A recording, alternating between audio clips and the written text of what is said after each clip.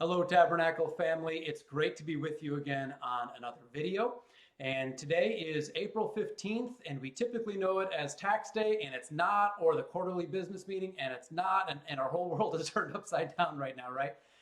We did want to, however, give you a quarterly informational update. And it's kind of in lieu of our quarterly business meeting. And so what we would do is have all the various boards and councils give information to you kind of about the state of the church from their particular vantage point of ministry. What we did is created a separate web page for you to have that information, and you can gain a link to that web page simply by emailing the office. So give Jason your email and let him know who it is, and then he'll give you a link to that web page. There is one particular matter of note that would require your vote, and that's in the Missions Council. They had about $95 of undesignated funds, so this does not require an increase in giving towards that ministry. It's funds that have become available just as different missionaries have retired or moved on or things like that. And so they want to take that $95 and put it towards the fund for Joe and Donna Ryder. And so we would need you to vote on that, whether yes or no. But you can go ahead and see all of that in their report. And all you'd have to do to get access to that, again, is to either receive the email from Jason. If you're on the prayer list, you'll receive that email tomorrow morning, Thursday morning.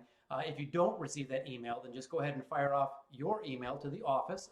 Again, that's tabernacle-baptist.com for our website, and you'll get all the email information that you need for that. So that is our quarterly informational update, and that's kind of the big news for this week. It's been a great Easter weekend, though, hasn't it? I know I was greatly blessed, not only by some of the kindnesses that people have done for me, but also by the things that I heard that you, as a church body, were doing for one another and for those who are not yet part of this church. And so I just wanted to commend you, keep up the good work on those things. I heard about different food drops that happened and notes that took place and a lot of different things going on behind the scenes. So thank you, Tabernacle Baptist Church, for your excellent work along those lines. I thought today would be a really good opportunity just to open Psalm 84 with you. Now, what I've been doing on Wednesdays is really going through some fairly challenging Psalms in the sense that they meet us in some of the dark places of our lives, whether that's been Psalm 77 or some of the other ones that really ask some tough questions. Whereas this Psalm, Psalm 84, is kind of a turning point in the Psalms. At least we've been going through several of the Psalms of Asaph, and he asked these hard questions, and now we come to this Psalm of the sons of Korah, Psalm 84, and it's kind of a bright picture right now. And so it's still a psalm of longing. It's still a psalm of recognition that things are not right now necessarily how I would desire them to be, but I'm like a pilgrim pressing on this journey so that I can come close to God. I know things are hard, but I'm leaning into it as opposed to backing away, shying away from it. So with that being said, Psalm 84, verse 1 says this: "How lovely is your dwelling place, O Lord of hosts." And so this would be a psalm that would be sung kind of like the Psalms of Ascents. Really, back in this time, a lot of people didn't get to go, quote, to church every Sunday. You would make a pilgrimage up to Jerusalem, to Mount Zion, to the temple, and you'd maybe do it once a year if you were a very scrupulous individual. A lot of people didn't even get to go maybe that frequently. And so here is someone who's longing to return to the house of the Lord and remembering just how beautiful these things were. Verse 2, "My soul longs, yes, faints for the courts of the Lord." Doesn't it remind you of Psalm 42 and Psalm 43? "As the deer pants for the water, so longs my soul for you, O God." It's that as he's going to these courts, he's drawing near to the Lord. And the point is that the Lord is what commands his attention right now. "My heart and flesh." My translation says, "Sing for joy." Others would say something like this, "Cry out." And I think that really captures the idea better, that it's not so much that we're fainting on the one hand and singing these songs of merriment on the other, but that this is like a cry, a heart's longing for the Lord, and he's crying out to the living God. And then he remembers, verse 3, "Even the sparrow finds a home, and the swallow finds a nest for herself, where she may lay her young at your altars, O Lord of hosts, my King and my God. And the point is not that the temple is derelict and neglected, and so there's holes in the roof for the birds to come in. I could tell stories of that at the house we had back in Detroit. The point is rather that these temple precincts had open courtyards, and that the birds would come in and find a nest. And if the birds, then surely the servants of the Lord. And so what a blessing, just even to be a bird and to have a nest in the house of the Lord. And now we come to verse 4. So blessed are those who dwell in your house, ever singing your praise, Selah. Now, notice that word blessed. It's going to come up a few times in this psalm. And each of the 3 times that it's mentioned, you see it kind of taking on added significance. And so as he mentions it in this first stanza, it's almost wistful right now. And he's saying, blessed are those who come in the name of the Lord. And we really long to come to the altar of God. This idea of being blessed happens several times in this psalm. And the idea is one of happiness. So this is a most favorable or most advantageous position in life. For instance, Jesus says, blessed are those, and he talks about all these different beatitudes, whether it's meek or longing and thirsting for righteousness. These ideas would be most favorable, most advantageous. Here it is in the Old Testament. And he's talking about, blessed are those who dwell in your house, ever singing your praise. And it's kind of a wistful way of saying it. He's saying, boy, I wish that I was among that number. So you come to this pause, and then in verse 5, you'll notice that the same word is used again, blessed. Except now he's resolute, not wistful. He's saying, no, it's a blessed thing, and let me explore a bit more what this blessedness is all about. Blessed are those whose strength is in you, and whose heart are the highways. And now your translation might add a couple words, the highways of Zion. That's actually not in the original Hebrew, but the point is, yes, it's the highways or the pathways of the pilgrims going up to Mount Zion, up to Jerusalem, up to the temple. And yes, this is a highway. You're not the first one to have trodden this path who has to think through, yes, Lord, let me come to you. But it's not always easy. Look at verse 6. As they go through the valley of Baca, and most translators would agree, and most commentators would agree, that this was a literal place, and the name was, in fact, Baca, hence the translation that you're looking at right there. Others of you might have a version where it would say something about tears or weeping, and yet others have one that would bring forth this idea of balsam trees. All of those aspects are contained in this word, and it's really beautiful Hebrew poetry right here. So the word, Baca, would, to the original reader, bring forth a couple of nuances that might have been lost, say, in an English translation. So, yes, here you are, the highways of the righteous, these pathways of the pilgrims were going up to Jerusalem through the valley of Baca. Nuance number 1, through the valley of tears. That this valley was apparently a very dry, arid place, and was one in which you would have needed other things, water, for instance. And it's reminding you about the tears, the weeping, the rigors of the journey, kind of a metaphor for life almost, isn't it? Where we are seeking to approach and to draw near to God, and yet, wow, is it hard sometimes. Aspect number 2, balsam trees. This is not often mentioned, but it is. In fact, if you were to go to 2 Samuel chapter 5, David has just become king, and you'd expect everybody to say, oh, David's king, big sigh of relief. If this were a movie, that's where the story ends, and they lived happily ever after, and forever after, pardon me. But this is not how it is in real life. And so here's David freshly become king, and now, 2 Samuel 5, the Philistines, again, are causing problems. And they are all arrayed in the valley of Rephaim. And David hears a word from the Lord, fights them, wins. And guess what happens? They again come out, same chapter even, and are arrayed in the valley of Rephaim. And the Lord says to David this time, be still and wait until you hear the sound of the armies of the Lord, the angels of the Lord in the balsam trees. Really about the only other place where you hear this kind of language. And so that comes to mind, right? highways of the holy, pathways of the pilgrims. We're marching to Zion, all this kind of stuff through the valley of Baca.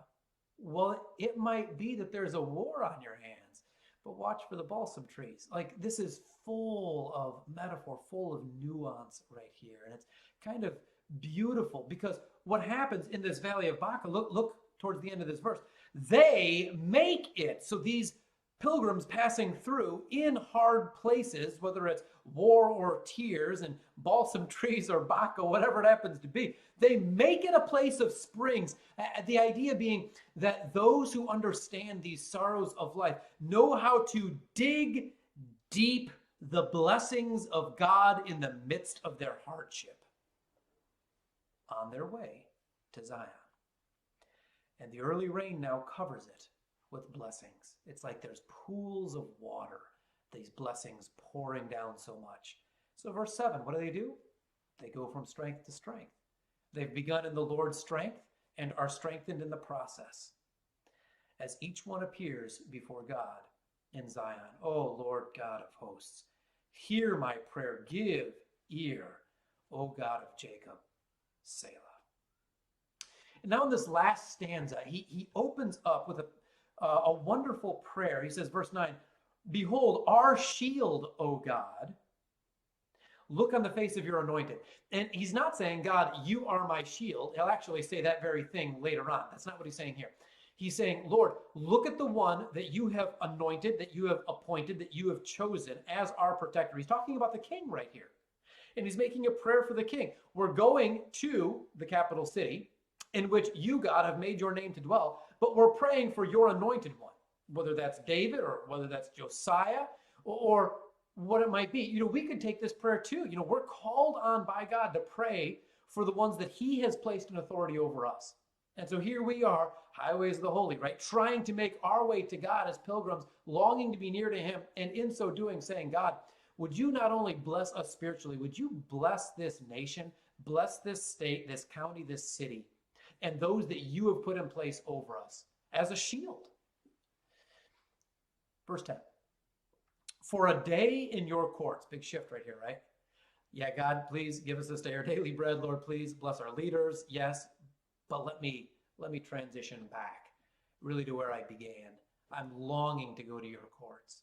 And as I remember how good it is to be near to you, I can say this, that one day in your courts is better than 1,000 elsewhere. I'd rather be a doorkeeper, and the idea here is not in the exalted sense of Levitical ceremonial service. That's not the point. The point is, as opposed to being in the central location of nearness to God, I'd rather be on the very outskirts, the very doorway into it. I'd rather be on the threshold, one of your translations might say.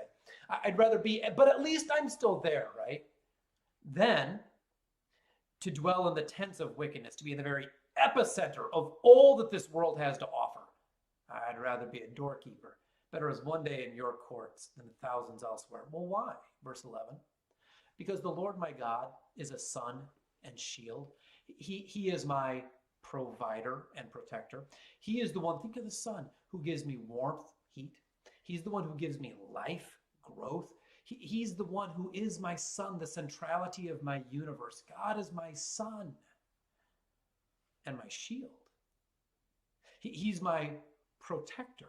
He is the one.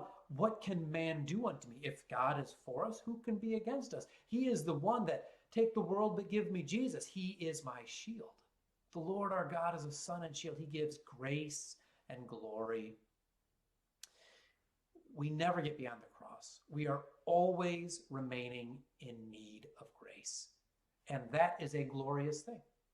And this glory is not simply right now in our association with God, but so much more.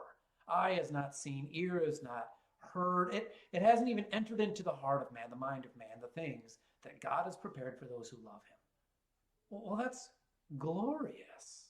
One day we will be glorified. The Lord our God is a sun and shield. He gives grace and glory. No good thing will he withhold from them who walk uprightly. It doesn't say, nothing will he withhold from them who walk uprightly. That's that's enablement. That's not love. No good thing. Well, Romans 8, the good of us becoming like Jesus Christ, being conformed into the image of his dear Son. No good thing will he withhold from them who walk uprightly. Now, this is not just a casual interface. It's much stronger than that. It's kind of like open your mouth and it will be filled with good from the Lord. Kind of that idea. Like if your mouth is closed, you ain't getting it. So here it is again. No good thing will he withhold from those who walk uprightly. Don't think that you decide to walk away from this path of uprightness and you will still receive all of these good things. There really is a little cause and effect going on here. And some of you may be forfeiting much good from the hand of the Lord right now because you are going about your own way. There's a way that seems right to a man, but its end is the way of death.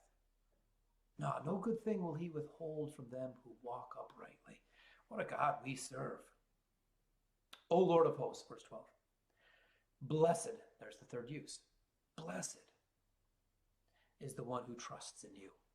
He's gone from a wistful, oh, how I wish I was with you. Blessed are those who are in your house. To this resolute, blessed is the one whose strength is in you. To now, finally, this idea of really having ascertained some of this truth by faith. Note, not a rival. He's still a pilgrim. He's still on the journey. And yet here he is now inhabiting this realm of blessedness through faith. Now, we have such a clearer picture, don't we? We understand that we don't need this circumstantial presence. Granted, we feel the lack of our congregational communion right now, don't we? We feel the lack of our gathering together right now. But we know that God dwells in us. And we know that we have connection spiritually, even though it's been severed physically. And that's a great glory. It's a great joy. Lord, haste the day when we'd be able to come back together and meet at the big house, so to speak. But we understand that there's something even better and even more enduring as we look forward to eternity now. And we are able to gain this blessedness by faith. So I hope Psalm 84 is an encouragement to you from a fellow pilgrim who was longing for the assembly, maybe in many ways just such as you are right now. We'll see how much longer it is that we have this separation, and yet in the midst of it, we can still rest assured by faith that our God is with us. Oh, isn't this the victory that overcomes the world, even our faith? So thank you for tuning in. Be sure to email Jason at the office email address, and he can give you information about our quarterly update that you can get, some more information for you there. And I hope that God richly blesses you, and I'll see you on the next video.